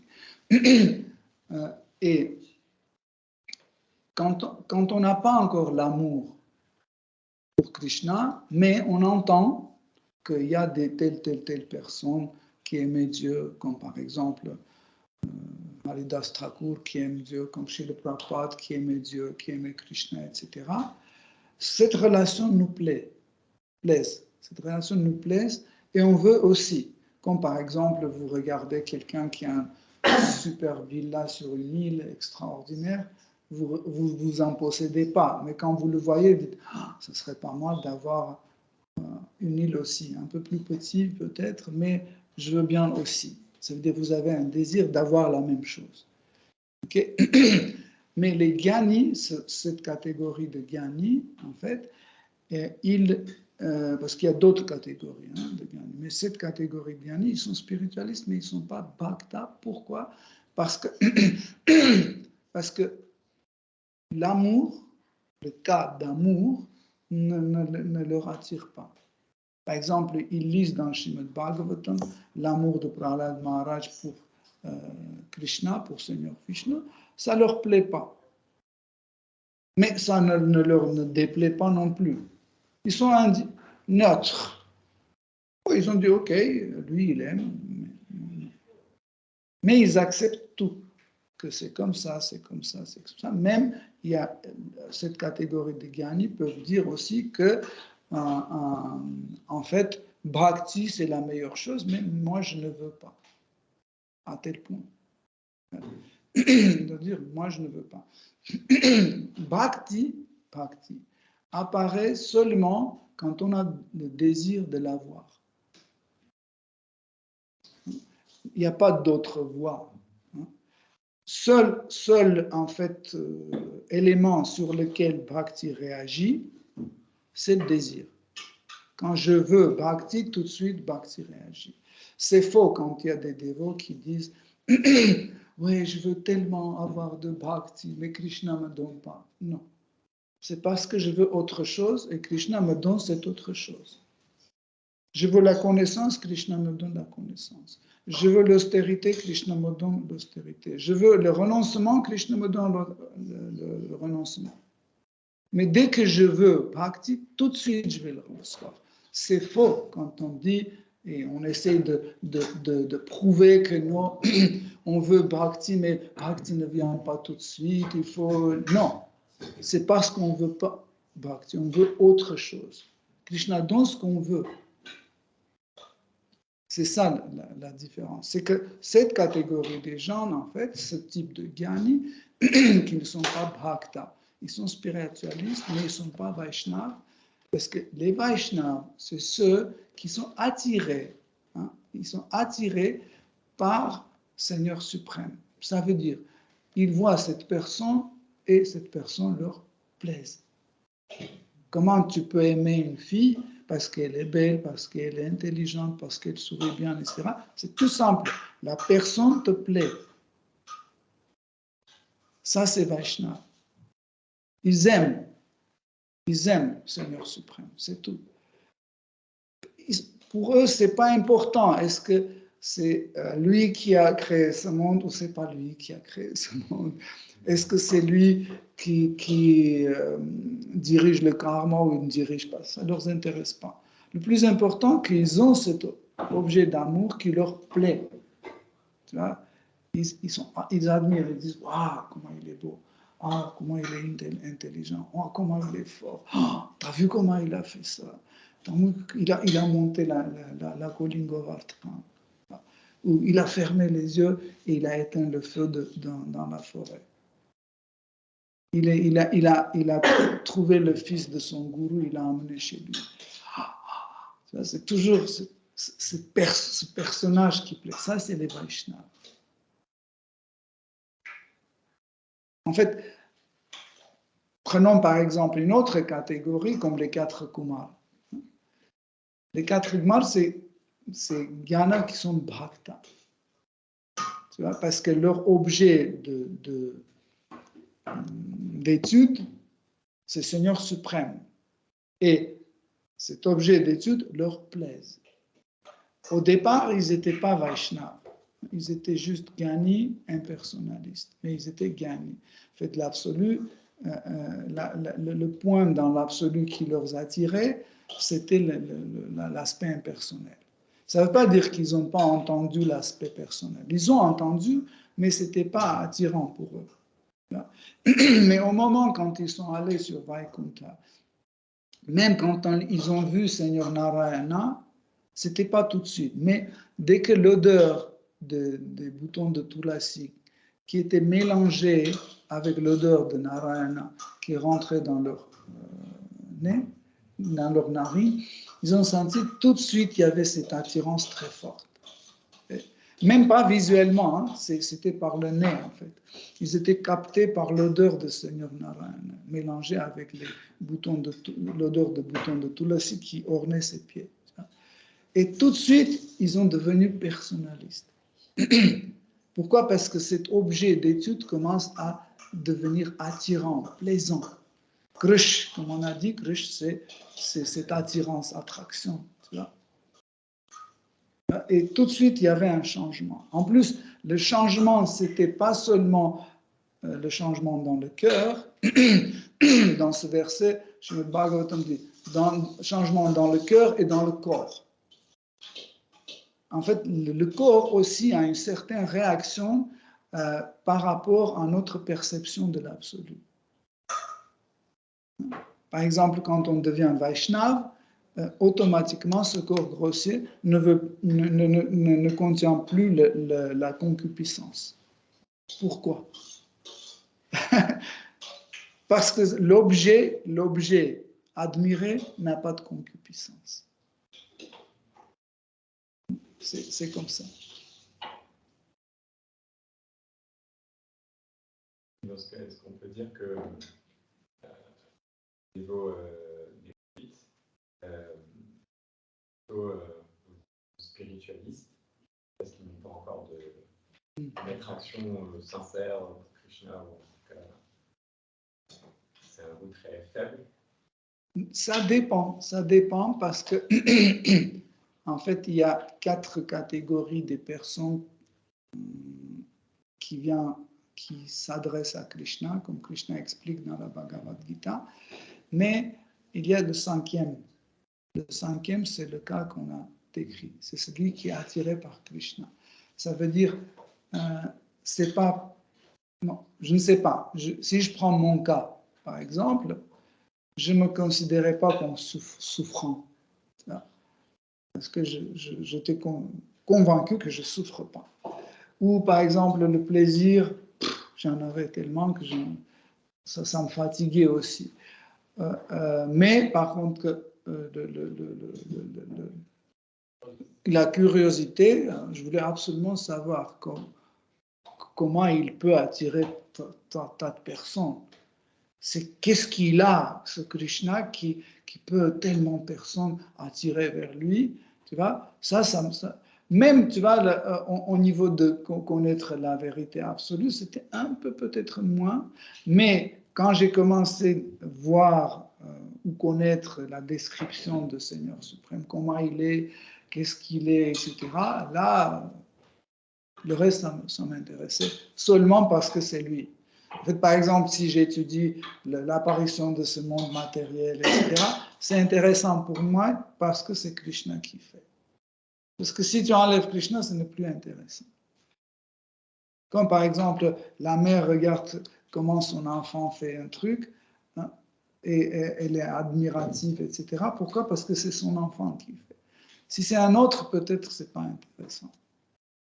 Donc, tu comprends? C'est ça l'idée. Mais le néophyte peut être d'un de ces 5 catégories. Et le plus, je dirais, plus réussi, plus chanceux, c'est celui qui est attiré par la forme. Par exemple, dans notre pratique, on a vu les cas, par exemple, les vieilles femmes ou les vieils hommes, ils voient l'image de Krishna, ils ne connaissent rien, ni spiritualité, ni Jésus-Christ, Dieu, même la notion de Dieu, ils ne savent pas, mais ils voient, à l'époque des années 90, on avait Ishopanishad avec Seigneur Vishnu dans l'océan causal, comme ça. debout, avec 4 bras, magnifique image comme ça, sur le fond bleu.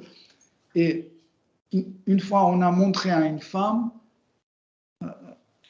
on a montré, ça c'est la Bhagavad Gita, ça c'est au-delà de la vie et de la mort, ça explique que nous ne sommes pas une âme, etc.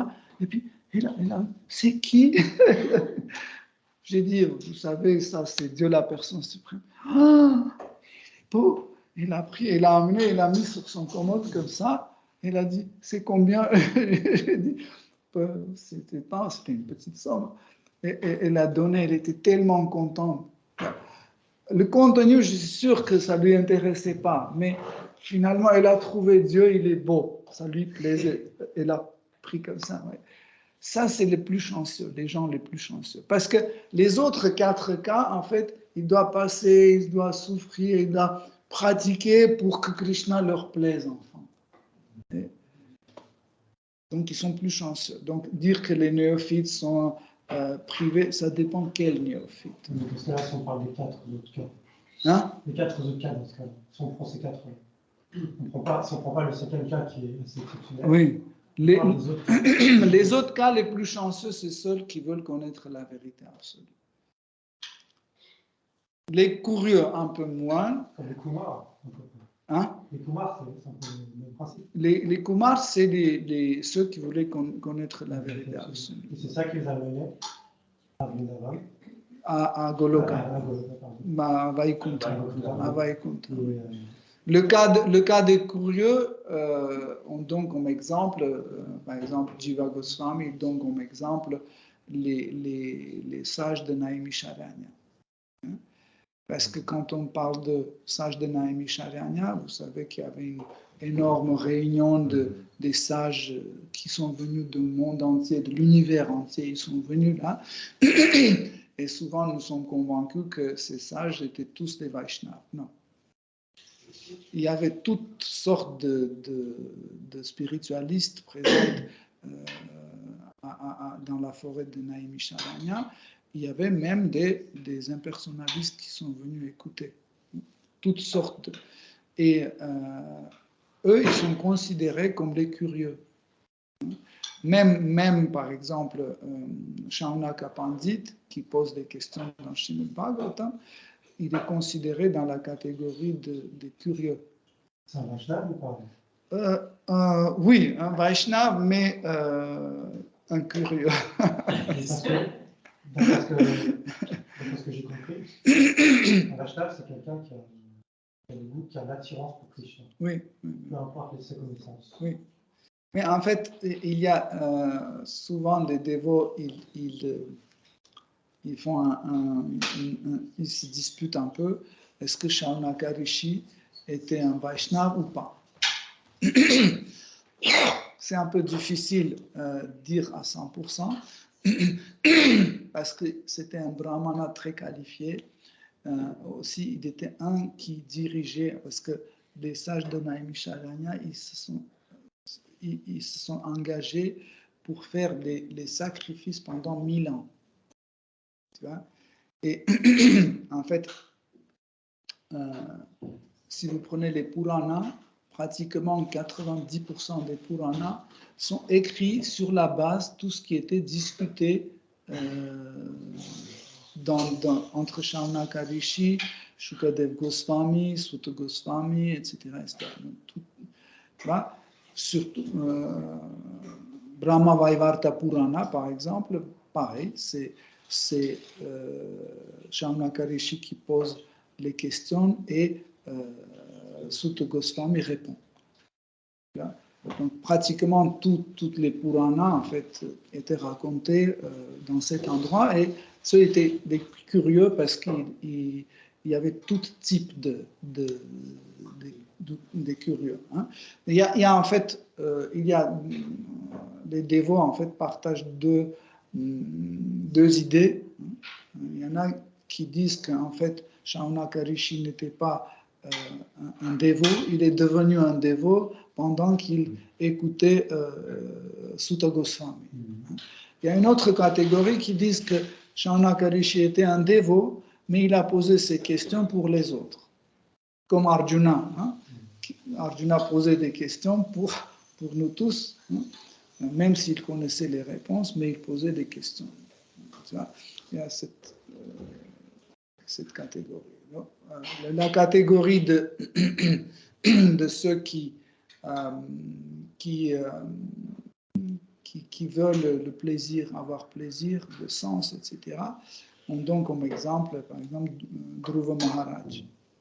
Dhruva Maharaj qui a commencé Sadhana Bhakti, le processus de Sadhana Bhakti, pour obtenir un royaume meilleur que son arrière-grand-père avait.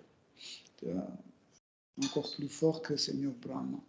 Et le cas des souffrants, oh là là, il y en a plein. Comme par exemple Gajendra, c'est le cas de souffrants qui souffrait et au moment de souffrance, il s'est adressé à Seigneur suprême.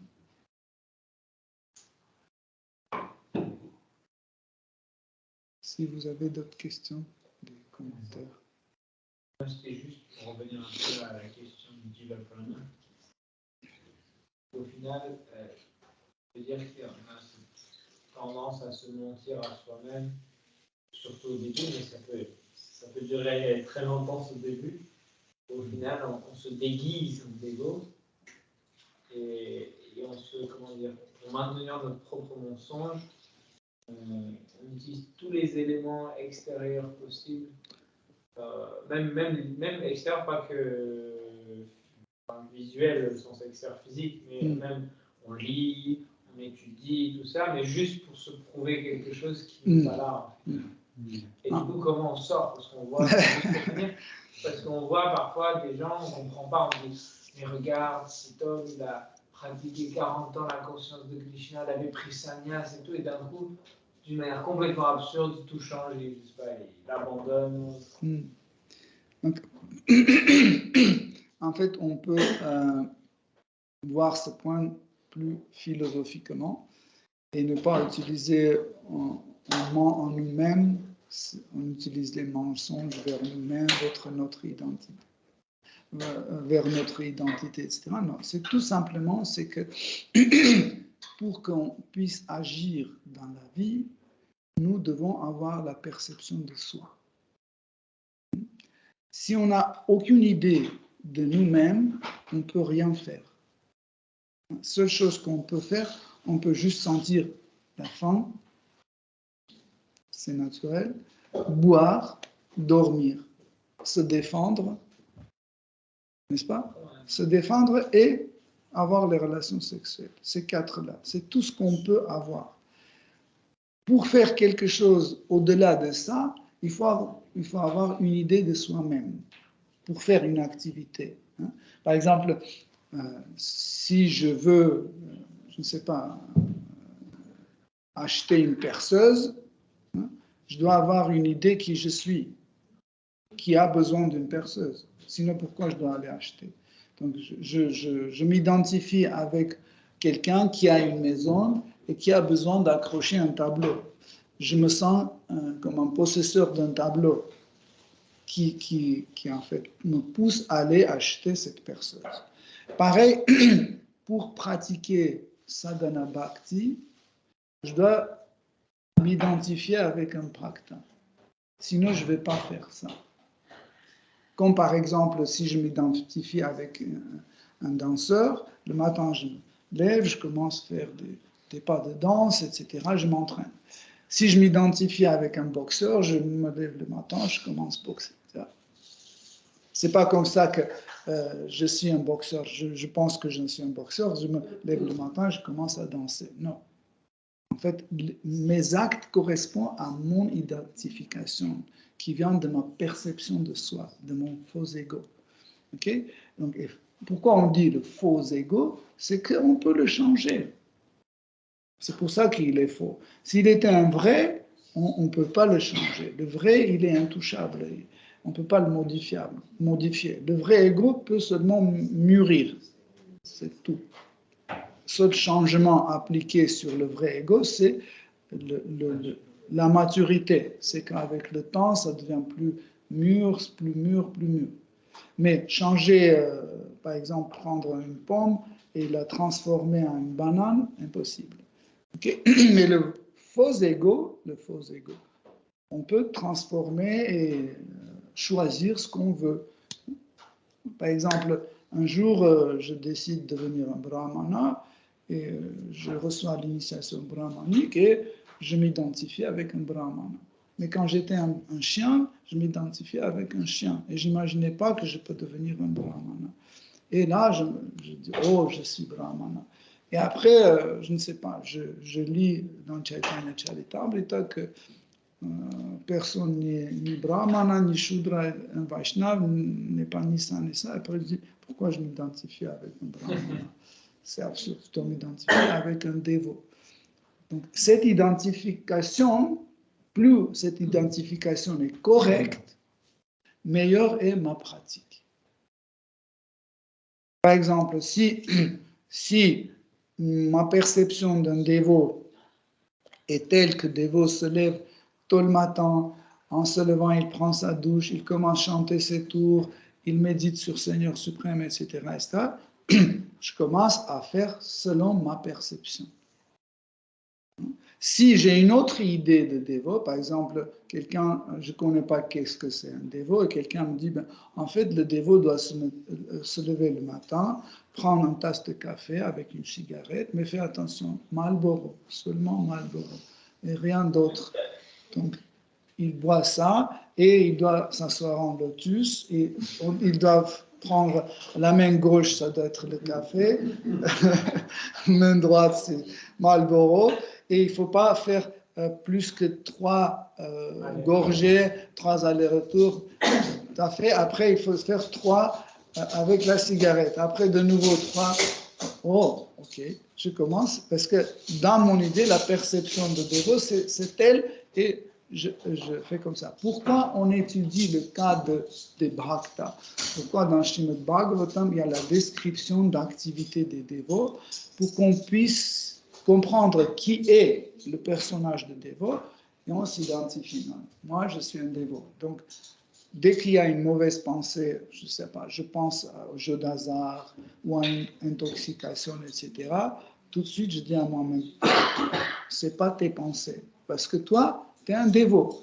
Et le dévot ne peut pas avoir ce genre de pensée. Et tu l'abandonnes. Ça, c'est une meilleure méthode. Tandis que certains disent, oh, c'est Maya qui arrive et je dois lutter contre ces pensées, je ne dois pas méditer assez. Et ça arrive encore. Je dis non, et ça arrive encore, ça commence à me séduire. Non. La meilleure façon, je dis, mais ça n'a rien à voir avec moi. Si quelqu'un veut une fille, ce n'est pas moi, parce que moi, je suis Vaishnava. Et Vaishnava ne veut pas une fille. C'est le mental qui dit ça, mais ça, c'est une idée de quelqu'un qui est mort il y a déjà 30 ans. C'est quelqu'un c'est pas moi. Parce qu'un Vaishnava ne veut pas vouloir ni café, ni cigarette. C'est comme ça. Donc, pour cela, nous devons bien comprendre qu'est-ce que c'est le bhakti et qui est bhakta. Qui est l'objet de bhakti aussi. On doit savoir. OK? Mais du coup, en fait, j'ai essayé de concilier ça, qu'on avait déjà discuté plusieurs fois, ce que tu viens d'expliquer, avec le fait de cette nécessité d'avoir le désir. Parce que je peux très bien vouloir tout ça, mais pour le mauvais désir. Je peux construire, dire voilà, je vais être un dévot parce que les dévots, je vois qu'ils vivent bien, moi aussi je veux vivre bien. Comme ça, je peux devenir un gourou et tout le monde va me servir, etc. Faire des donations. Ce que je veux dire, c'est est-ce que ça suffit juste que je crée une identification et le désir arrive miraculeusement? Non, en fait, le bhakti vient de bhakti. Comme le virus de coronavirus vient de celui qui a coronavirus. Si quelqu'un n'a pas de coronavirus, en association avec lui, je ne peux pas être contaminé. Pour être contaminé de bhakti, il faut s'associer avec les bhaktas, avec celui qui a ce virus de bhakti. Donc, on peut rester dans sadhana bhakti 70 ans et devenir un gourou, être très très célèbre, recevoir les louanges, gloire, etc., etc., mais ne pas devenir un dévot. Pourquoi? Parce qu'on n'a pas eu de la chance, on n'a pas rencontré un dévot. Mais vraiment, on peut devenir un gourou qui s'assoit sur Vyasasana, tout le monde se prosterne devant lui, il dit tout ce qui est écrit dans Chaitanya Charitamrita, Bhakti Rasamrita Sindhu, Jvalani Lamani, tout, il peut citer, son sadhana peut être très bon, etc., etc. Mais tant qu'il n'a pas eu la chance, il n'a pas rencontré, il va être juste expert dans sadhana bhakti. S'il il reste, ça veut dire s'il y a un désir. Un autre désir qui vient pas. Voilà, c'est parce qu'il voit que gourou, c'est comme quelqu'un dit, je veux devenir un danseur ou je veux devenir un conducteur de Formule 1, etc., etc. Vous voyez? Aussi, je veux devenir un gourou parce que c'est bien, tu arrives, tu portes le truc, je veux bien un sannyas, tu t'assois, tout le monde t'écoute, c'est cool. Et je veux tout le temps être ça. Oh, tu arrives, ça c'est un plaisir. Comme par exemple, quelqu'un qui écrit la poésie, après il va le citer, etc. Cette activité est plaisante. Pareil, être un gourou, ça peut être aussi une activité. Être entre guillemets Vaishnava, être un faux Vaishnava, être sadhana bhakta, ça peut plaire aussi. Cette activité est plaisante. Hein. Porter de dhoti, tilak, kantimala, etc. Ça peut durer des années, même des vies. Mais il suffit de rencontrer un dévot, tout peut changer. Tu vois? Donc, il faut un contact avec Bhakti. Comment je peux désirer un bonbon si j'ai jamais vu un bonbon? Pour désirer un bonbon, un jour, je dois connaître ce bonbon. Ou une fois au moins, je dois goûter.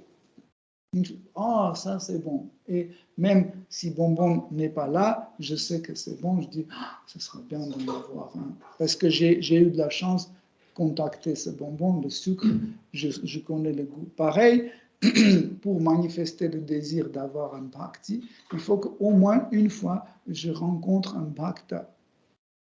Je goûte le bhakti. Sans avoir goûté le bhakti, on ne peut jamais avoir ce désir. Mais parfois aussi, quelqu'un rencontre un pur dévot et il n'y a rien qui se passe. Par exemple, Narada Muni, il a transformé des gens horribles de purs démons en purs dévots. Mais il y a aussi parfois, il allait, il parlait, il y avait plein de gens qui l'écoutaient et ils sont restés tels qu'ils sont. En réalité, c'est impossible que en contact avec le bhakti, rien ne se passe. Parce que bhakti, c'est une énergie hyper puissante. Il y a toujours un changement, mais on reçoit cette graine de bhakti, mais on ne l'entretient pas. C'est pour ça que nous avons l'impression qu'il n'y a rien qui se passe. Ça veut dire que j'ai rencontré un gourou authentique, un bhakta, il m'a transmis, j'ai goûté, c'est rentré, mais j'arrose pas, je protège pas, je ne cultive pas, je m'occupe pas de ça, donc ça reste endormi. Okay? Mais pour certaines personnes, tu vois, qui sont dans qui ont une autre nature. Hein. Dans notre conférence, nous avons dit que nous sommes tous différents, hein, comme les pierres. Hein. Il y a des pierres qui sont faciles à traiter et il y a des pierres trop dures. Hein. Par exemple, si vous prenez pierre calcaire, hein, les 80% des bâtiments du 19e siècle à Paris sont faits de pierre calcaire. Si vous prenez une scie, vous pouvez couper avec une scie. Hein. C'est très facile. Mais si vous prenez par exemple du basalte, c'est très compliqué, il est très dur. Le marbre, il est moins dur. Ou si vous prenez un obsidian, c'est très très dur. En fait, l'obsidian, c'est en fait le morceau de la glace, en fait, de verre. C'est un verre. Vous pouvez le fondre et couler. L'obsidian, c'est un verre naturel de couleur noire. Vous voyez, donc, vous ne pouvez pas dire que je vais sculpter un obsidian dans 2 heures. Ça peut être 1 an ou 2 ans. Mais pour sculpter un calcaire, il nous faut peut-être 2 heures. Et pareil, en fait, notre nature est différente. Il y a des gens qui aiment savourer des choses lentement. Comme par exemple, moi, j'avale le prasad très vite. Et Rohini Nandana, il prend son temps. Ça ne veut pas dire si je finis mon assiette plus tôt, je suis plus avancé que lui. Non. C'est que sa nature est comme ça. Il aime bien comme ça. Ma nature est comme ça, la tienne est comme ça. Chacun a sa nature.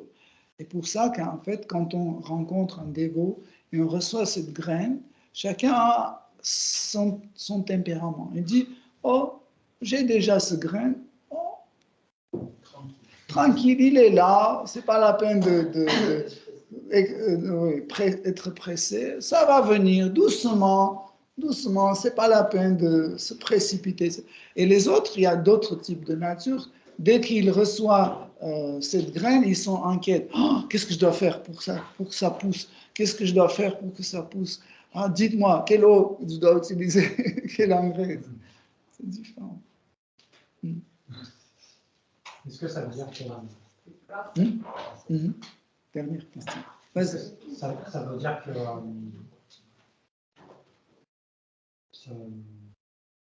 c'est l'exemple de vouloir arroser la plante, la graine. Rencontrer un pur dévot n'est pas une garantie pour avoir le désir d'être un bhakta. Rencontrer un pur dévot ne fait que donner la graine, après le désir. Mais le désir ne vient pas de la rencontre avec le pur dévot. Donc, en fait, il nous faut les conditions. Il nous faut les conditions dans lesquelles cette graine peut pousser. Et les conditions dépendent de chacun de nous. Déjà, par exemple, vous êtes tous, par exemple, dans Sattva Guna, dominance Sattva Guna, et moi, je suis plus dans la dominance de Tamas, l'ignorance. Vous êtes dans la vertu, moi, je suis dans le Tamas. Pour vous, ça sera plus rapide. Pour moi, ça sera plus lent. Pourquoi? Parce que je suis sous l'influence de Tamas. Donc, pour que nos désirs d'avoir bhakti soient les mêmes, il faut que vous en tamassez et moi en sattva. Ça veut dire que je dois avoir plus de sattva et vous devez avoir plus de tamas. Dans ce cas-là, en fait, on va progresser de la même façon. Ça veut dire pour chacun, il faut la situation, les conditions. Par exemple, le grain de riz demande certaines conditions. Il faut qu'il pousse dans l'eau. Il faut beaucoup, beaucoup d'eau. Mais par exemple, si vous arrosez tant le blé, ça va pourrir dans la terre. Pour le blé, il faut d'autres conditions. Okay? Donc, tout ça, c'est des graines de céréales, on peut dire. Mais chaque graine de céréales demande des différentes conditions dans lesquelles ils peuvent pousser. Et Bhakti n'est pas universel pour tout le monde. Le Bhakti de chacun a ses particularités. Comme riz, quinoa, etc. Chacun demande ses conditions. Et c'est là où on rencontre un guru, on rencontre un sangha. Pourquoi on dit que dans ce sangha-là, ce dévot a commencé à fleurir. Oh! Et avant, il était, je ne sais pas, à Marseille, et dans l'autre sangha, il était complètement dépressif, etc. Mais dès qu'il a changé les conditions, et là, il commence à fleurir. Pourquoi? Parce que les conditions ont changé. Ok, Hare Krishna, chers amis, on va honorer le Mahaprasad, tous ensemble, c'est le point philosophique le plus compréhensible pour tout le monde et plus facile.